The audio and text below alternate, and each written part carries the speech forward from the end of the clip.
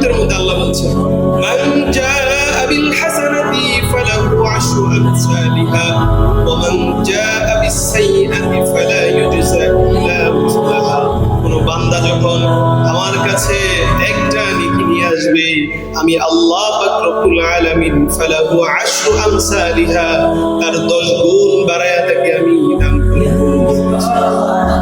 ওয়া মান জাআ বিস সাইয়্যাতি ফালা ইউজজা ইল্লা মিসলাহা, তবে আমি যদি কোনো বান্দা গুনাহ করে, একটা গুনাহ করে, আমি আল্লাহ তাকে সেই একটা গুনাহরই প্রতিদান দিব। আল্লাহ কত মেহেরবান, নেকি করলে 10 গুণ বাড়ায় দিবেন, গুনাহ করলে ওইটুকুই ছিল। তাও আরেক হাদিসে নবীজি বলেন কোন বান্দা যখন নেক কাজ করে না, শুধু নেক কাজ করার জন্য আল্লাহ পাক রব্বুল আলামিন সাথে সাথে ফেরেশতাকে নির্দেশ দেয়, আমার বান্দা নেক কাজ করার ইচ্ছা করেছে, সুতরাং তাকে এই নেকের পরিপূর্ণ নেকি তুমি তাকে দান করে দাও। কিন্তু যখন নেক কাজ করে, এটার বদলে আল্লাহ তাআলা 10 গুণ বাড়ায় দেয়।